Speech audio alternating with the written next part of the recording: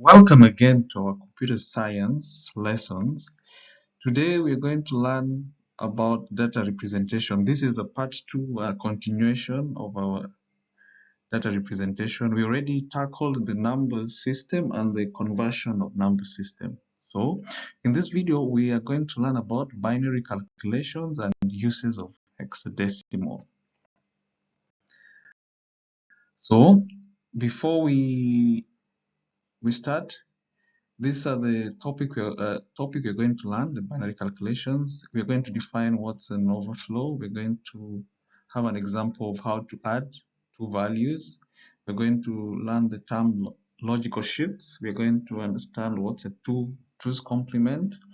Then we're going to convert binary values to two's complement. Then we're also going to convert negative value to two's complements. Then we're also going to convert two's complement value to binary. Then the last subtopic, we're going to learn about uses of hexadecimal. Why are they important and what are the uses? And we're going to share some examples, and I'm sure maybe we've used the examples before or we've seen them before. So yes, just tag along. Now, binary calculations. So since binary is a base 2 system, its arithmetic follows different rules compared to the denary. So for example,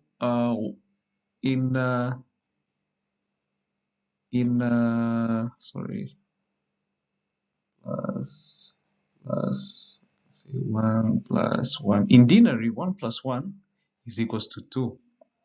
But now, in binary, since there are only two, it's base 2. So 1 plus 1 would be, the first one would put 0, then would add 1. Because there would be an overflow. So it will go, this one will be stored in the same column, then the other one will be stored in the second column. So yeah, so that's what makes it different. The logic is the same, because even if we do 9 plus 1 in binary, what do we usually do? We put 0, then we carry forward, we carry 1. So basically the logic is the same, but now the logic is the same, but now since we are dealing with the denary and binary, that's why there's a difference. This one is in base 2, this one is in base 10. That's why there's a difference. So we just created a small table here to help us, because we are going to use it to do our calculations. So the first step is we need to know that 0 plus 0 is 0, 1 plus 0 is 1, 0 plus 1 is 1. So 1 plus 1, we've already tackled it, it's 1, 0. So we usually put 0, then we carry 1. So 1 plus 1 plus 1, which I already indicated here. So it's 1 plus 1, we already know is 10. No, it's 1, 0. Then 1, 0 plus 1, so it will be 1, 1. So we put 1 and we carry 1. Yeah, we'll see this in a more detailed in examples, but it's good to have this basic idea before we go to the example. It will help us to understand. But before we do the example, there's this term overflow. I want us to understand it. So an overflow occurs when the result of a calculation is too large to fit within the allocated number of bits. For example, if you add two 8-bit numbers and the result requires a 9th bit, that extra bit is the overflow. So for example, if we have only 1 bit, right? If we add it, it will be 0, but now it will require an extra, right, to require the second one. So this one is known as the overflow.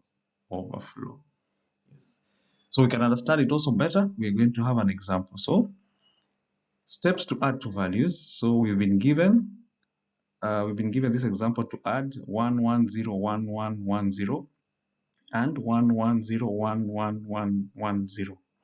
So in this example, the first way to tackle it is let's count how many bits the first binary number has. So it's 1, 2, 3, 4, 5, 6, 7, right? It has 7.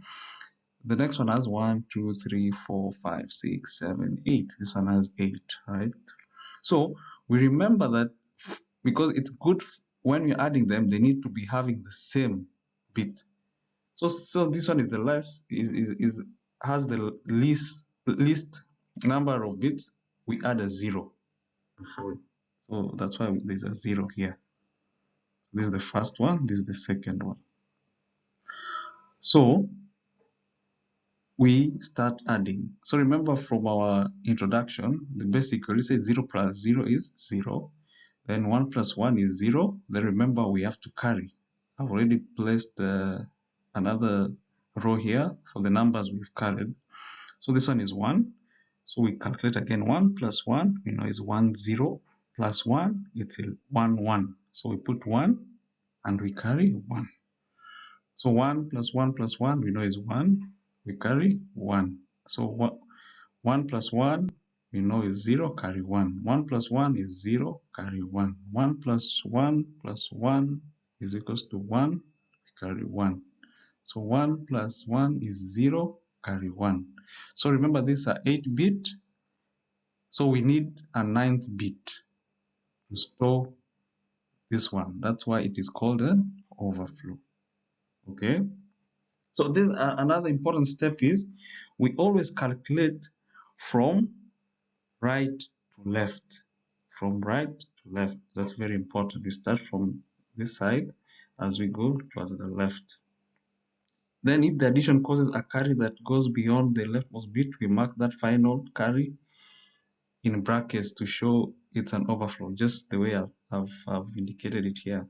So the solution would be 1, we put it in brackets since this is the overflow, then 0, 1, 0, 0, 1, 1, 0, 1.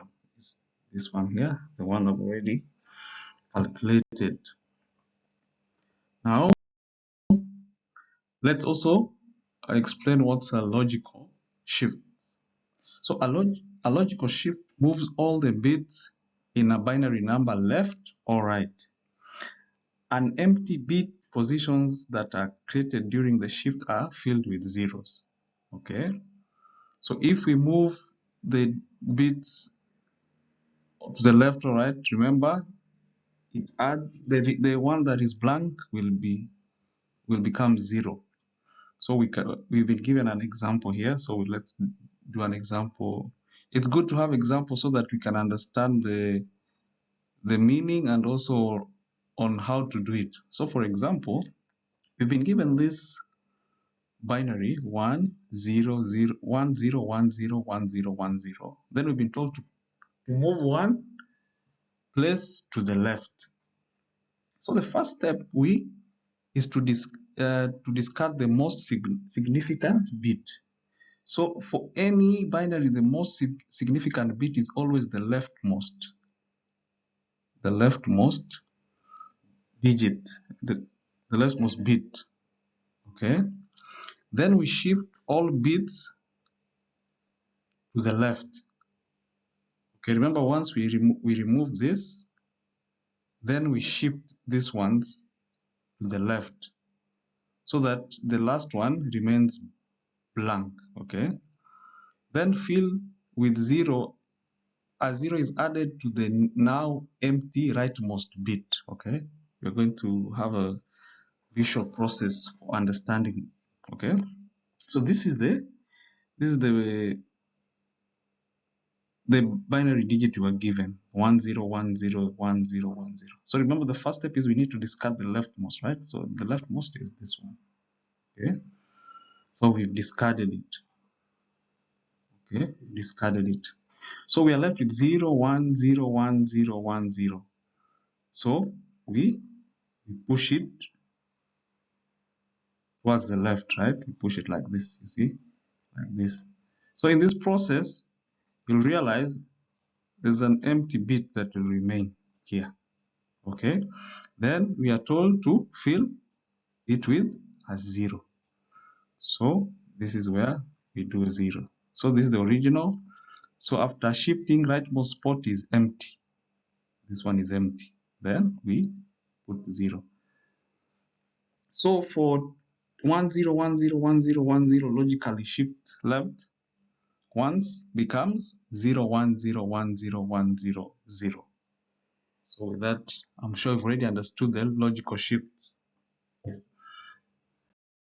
Okay, now let's delve into 2's complement.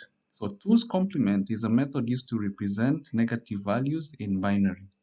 Here, the most significant bit is replaced from 128 to minus 128.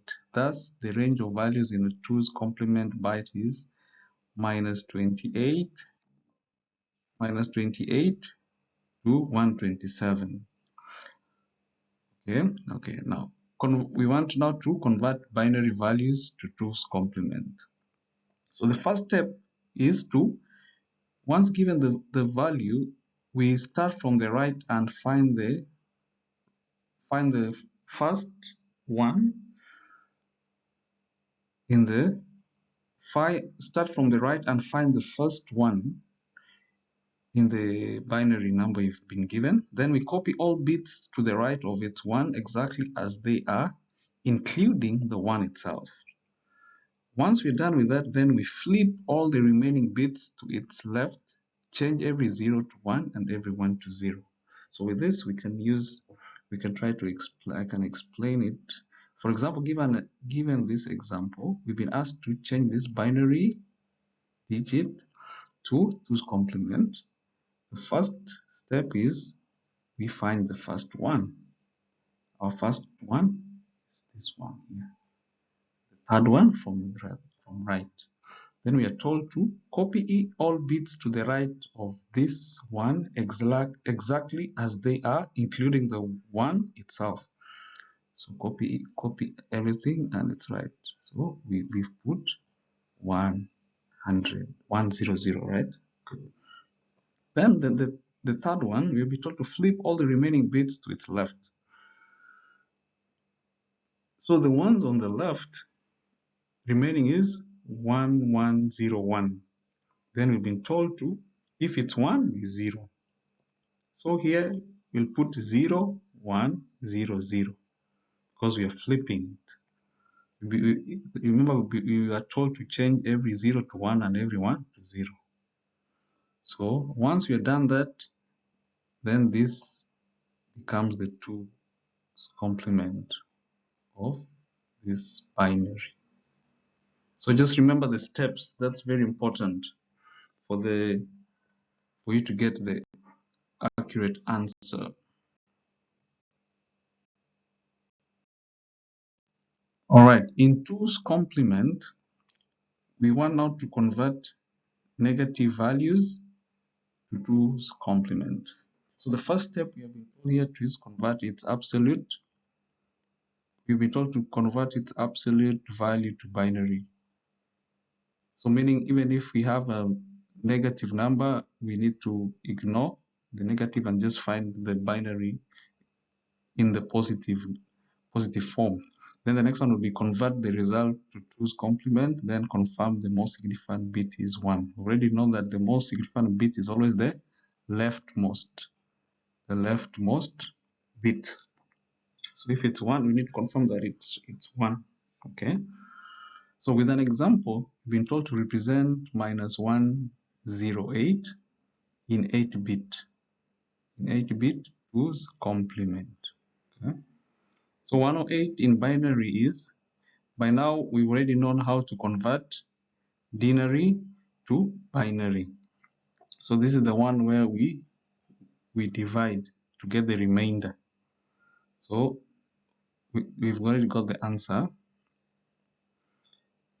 So the next part is we need to convert the result to 2's complement. So what does that mean? We need from the steps, basically we get the first one. That's the first step. We get the first one from the right. Oh, not this one. Not this one. Sorry, not this one. This one. This is the original. Right? We find the first one from the left.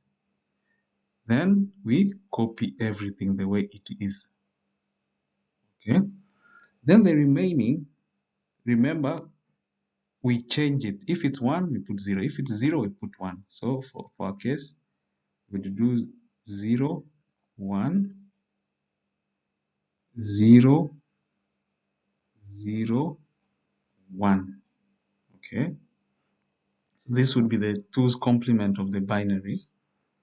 So the result will be like this. Then we confirm if the most significant bit is 1. In our case, it's 1, right? So that's the right conversion. So remember, the first one, if you need to convert its absolute to binary. Once you already finish to binary, then we convert the result to 2's complement. Then we confirm that it's the most significant bit.